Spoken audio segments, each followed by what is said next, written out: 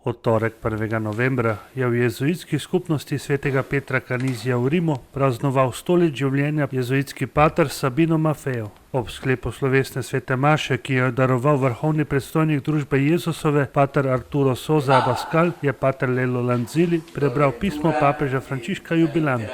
Carissimo padre Sabino, Najdražji pater Sabino, mi è arrivata la bella notizia do mene je prišla novica, da boste 1. novembra na prazniku vseh svetih dopolnili 100 let. To pa je tudi dan, na katerega ste pred 85 leti vstopili v družbo Jezusovo. Zares veliko veselje in resnično duhovno tolažbo čutim ob tem, da se lahko pridružim praznovanju te obletnice in se zahvaljujem Gospodu, ki vas je poklical v čudovito avanturo življenja, ki se ne bo končala, in v poklicanost Jezusovega tovariša, da bi ga ljubili in mu vsem služili.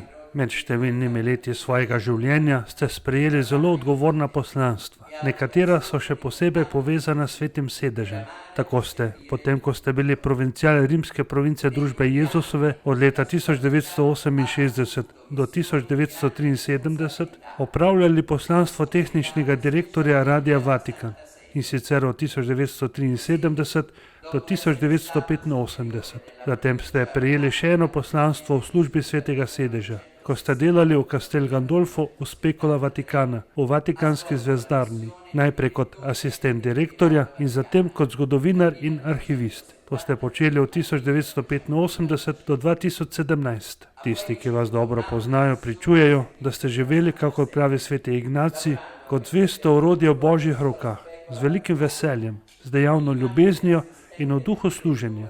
Naj bo slava Gospodu, kateremu ste posvetili vse svoje življenje.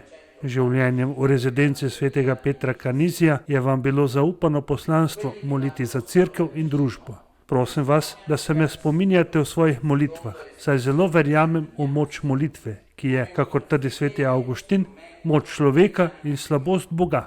Srčnim veseljem se pridružujem vašemu zahvaljevanju ob tej 100. obletnici vašega življenja za velike stvari, ki jih je vam storil vsemogočni. Na priprošnjo Marije, Matere Cerkve, kličem nad vas Božje milosti in vam iz srca podeljujem apostolski blagoslov. Bratsko Frančišek.